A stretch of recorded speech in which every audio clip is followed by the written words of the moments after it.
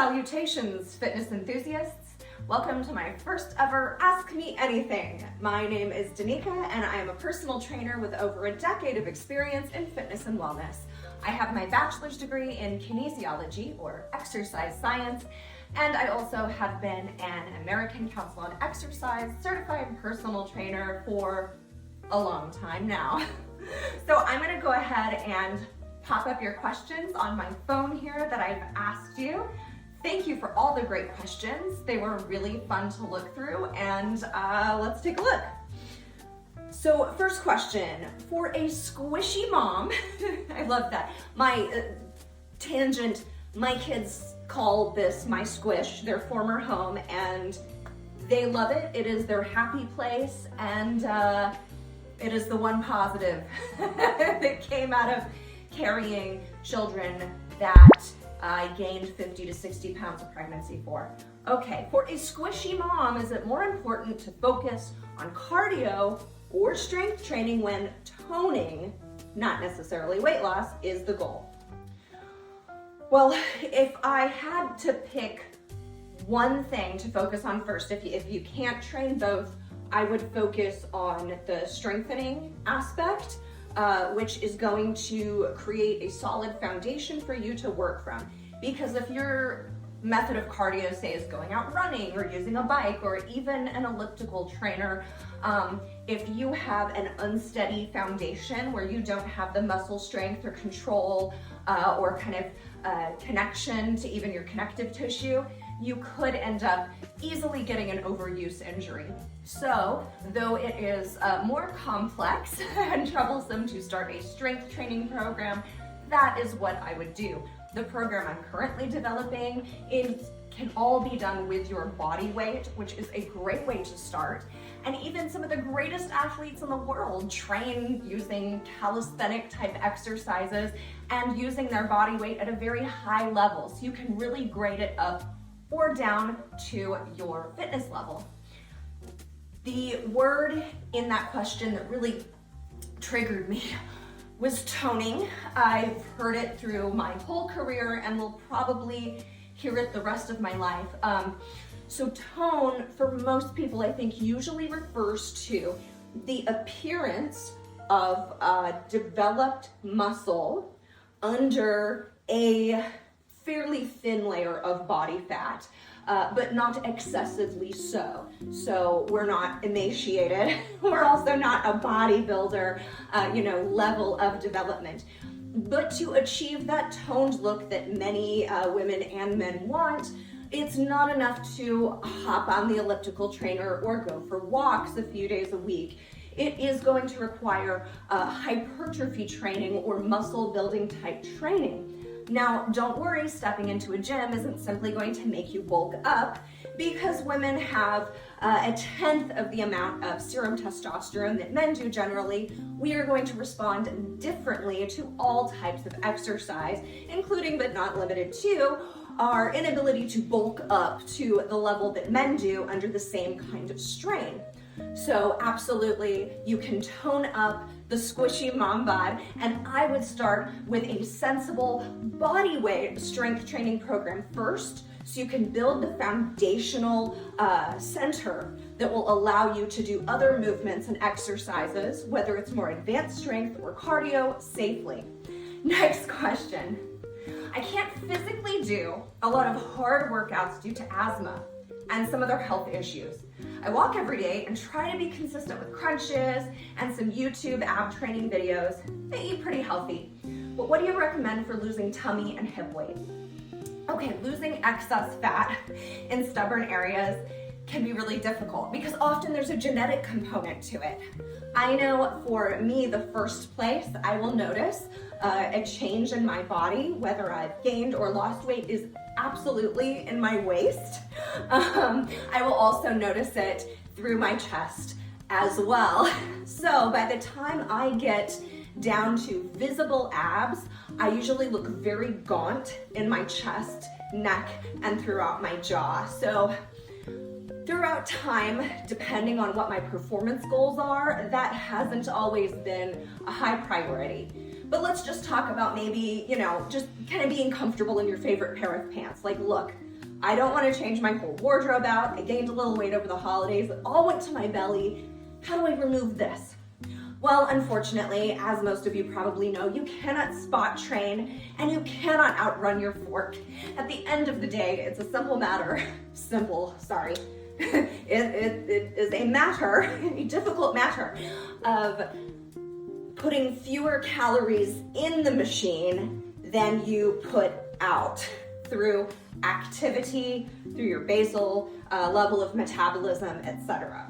So if you are unable to move at a vigorous pace because of health concerns, injury, or whatnot, then you are going to have to be a little more stricter and modify the intake end, so the nutrition end.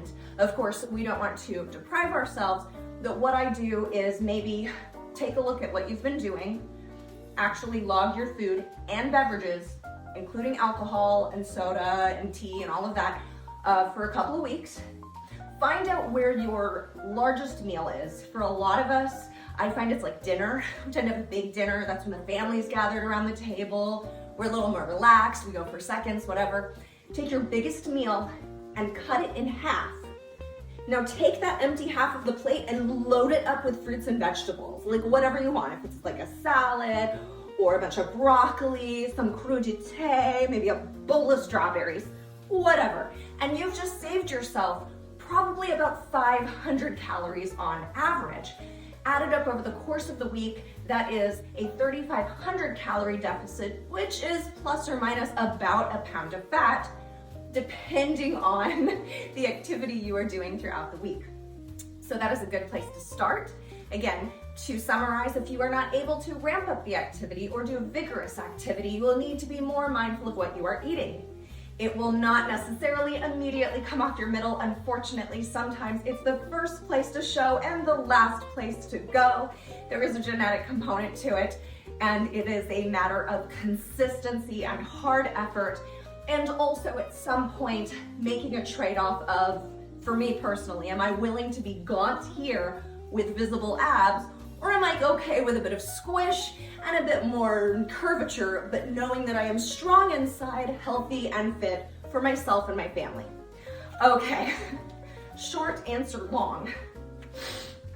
I have a question from a good friend who loves powerlifting, and she asks, should I buy more bumper plates piece by piece or just splurge on another set? Splurge on another set. You know I'm an enabler. Any good suggestions for non-greasy hand moisturizer that won't interfere with the barbells? No, I'm sorry, it all makes my hands greasy too. But I do use, for dry skin, especially in the winter and when I'm lifting and stuff, I usually chalk up when I am at a facility that permits it, or I'm at home. I will use chalk on my very sweaty palms, but that means later on I'm pretty dried out. So when I need a deep moisturizing treatment, I use a cream with urea. That's right, U-R-E-A, urea, 40% content urea. And that helps to exfoliate and then deeply moisturize the skin and your hands and feet, elbows and knees and so forth. So that's what I've got for you there. Postpartum mom question. Diastasis recti, best way to work it. Well, there's a lot of good information out there about diastasis recti. The first thing you'll want to do is to assess the level of separation in your abs by lying on your back and crunching up as if you're about to do a sit-up. From there, you'll be able to determine you're gonna stick your finger in the fascia, which is kind of like the saran wrap that surrounds really all of our muscle throughout the body and the kinetic chain. But the six-pack, we all have a six-pack. It's under there somewhere. So there's fascia, the diastasis recti, which separates the two sides of the rectus abdominis. And when there's a split there, you can measure it, 1, 2, 3, or more fingers. For me, I have not had major DR, but I do have a small ventral hernia, and that creates kind of a 1-finger separation and divot near my navel when I do sit-up type exercises. Once you've assessed that, you can go from there. Usually any amount of separation, how I would treat that in a client is by avoiding all plank exercises and all big flexion extension exercises, because that'll exacerbate that opening and potentially make it even worse. So what we do instead is, usually I'll go the Pilates route. We'll focus on engaging the deep core muscles, the transversus abdominis, through breathing exercises and through moving the limbs without changing the middle. So this stays stable while you, for example, lie on the floor and do leg slides, trying not to let your back or your hips come and rotate with you. And I also plan on doing more videos with exercises appropriate for postpartum. So in conclusion to that question, measure the amount of separation. If it's more than 2 or 3 fingers, you might want to talk to your doctor and potentially get a referral for physical therapy. I think so many women really need postpartum physical therapy. I certainly did. I had a 3rd-degree tear, which should have immediately flagged and been sent to postpartum physical therapy for my pelvic floor, but for whatever reason I fell through the cracks. So definitely advocate for that if you're feeling like something's off and wrong, because this area being unsupportive will contribute to problems in your low back and hips, and you don't have time for that. You're a new mom. So let's move on to the next question. Let's see. Nutrition question. Before I get into that, let me remind you of my qualifications here. I am a certified personal trainer, but I am not a nutritionist or a dietitian. What my scope of practice allows me to do is give pretty common sense advice about the food plate. Used to be the pyramid, now it's the plate, and just, again, general advice about sensible eating, portion sizes, making healthy choices, etc. I will never suggest supplements to you, not only because it's not in my scope of practice, but I think they're, I will never try to sell anything to you food-wise or try to get anyone on any kind of diet. So that being said, are there measurable health benefits to a largely vegetarian diet? This person's been considering limiting meat consumption, but would like some evidence to convince the carnivorous family. Totally understand. My husband's family of origin loves meat. Meat at every meal is kind of a standard thing, but not something I grew up with. So I struggle to stomach having meat multiple times a day, every day. So for me, it's an easy, I can be, 85% vegetarian easily, simply because it upsets my stomach. But let's talk about other benefits other than just being more comfortable. Let's see. I would say one of the main benefits to reducing consumption of meat is reducing your intake of saturated animal fats, which is more beneficial to the heart, among other things. Vegetarian meals are also generally just less expensive. Instead of putting meat into my pasta, I can add garbanzo beans, or I can have lentils, or I can have a peanut butter and jelly sandwich, which on whole wheat bread provides me all the essential amino acids that I would if I had like a burger. But it costs a lot less to get those ingredients, and the cost to the environment, if that is a concern of yours, and your carbon footprint is going to be lower when you choose to eat meat less. So some things to consider. Healthier in terms of saturated fat, cheaper. You can do vegetarian substitutions for the amino acids and really get the same health benefits without having to supplement. I'm not talking about a vegan diet or anything more restrictive, just generically vegetarian. And then of course, the potential impact to the environment. So those are all good reasons. Let's see, I've looked through a couple more of these questions here. We have a question about a young person with severe anxiety. They want to tone up when they're not doing their sports season, but absolutely does not want to work out in public. What is something fun this person can do? Oh my gosh, I'm glad you asked. You can do my program. No, there's a lot of great things and great people out there. There's a lot of fitness noise already out in social media and YouTube, and has been for years. There's some stuff that's sloppy, but there is a lot that is actually great. So there are good programs you can follow. Of course, I'm biased and say you can follow mine because it is going to be great for beginners and athletes alike. I'm gonna make sure you can grade each exercise to your personal comfort and skill level, and also totally get it. I have generalized anxiety, and especially during this pandemic, I notice I'm a little more reticent or hesitant to be in crowded spaces and public. There's various anxieties and fears that crop up there, and I totally understand that being in a gym space as someone with anxiety, especially during these times, can be really tough. So definitely there's good programs you can do at home, you can do as a family, or you can just do with the door shut because you don't need a lot of space and you really don't need any equipment. And let's see if we've got any more. A question on hypermobility. Cool, glad you asked. So I have a little bit of hypermobility in my elbow joints, nothing major. But this person is asking about just general hypermobility in some of their joints. What can we do to help that? Well, again, I would say strength training, because strength training doesn't just challenge, tax, and improve the strength and size of the muscles, but all the connective and supporting tissues around that area. It even puts a positive stress and strain on the bone as well, which is why muscle building exercises can also be bone density building or maintaining, depending on your age and other factors. So any kind of strength training will help.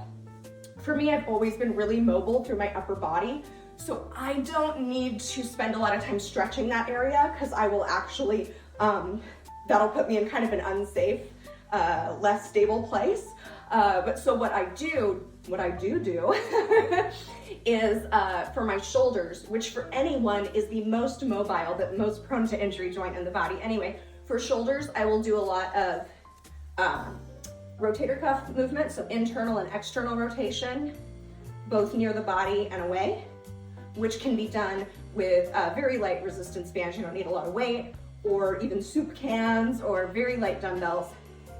I will also be sure to do movements for my particularly lax joint, which is here at my elbow. It's a hinge joint, so it just does this. So anything that's a strength movement that reinforces these muscles around here is good. So biceps curls, triceps extensions, and then of course, I like to strengthen above and below the joint as well. So forearm flexion and extension as well. Pronation and supination will help with that. So thank you guys for participating in my first ever Ask the Trainer. I really appreciated all of those questions. They were very thoughtful and interesting. I hope my answers were, if not concise, at least entertaining. And please let me know in the comments below if you have more. I know some things I simply referred to my program, which is to come, and it really is coming out this quarter in 2022 before March. I will have something fabulous for you. You can look forward to that. Thank you for your patience, and thank you for following me. Thank you for watching, and I'll see you next time. Bye.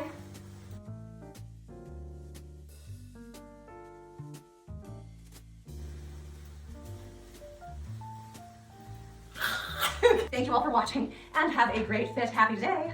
Ugh. Maybe not that. Thank you all for, what should I?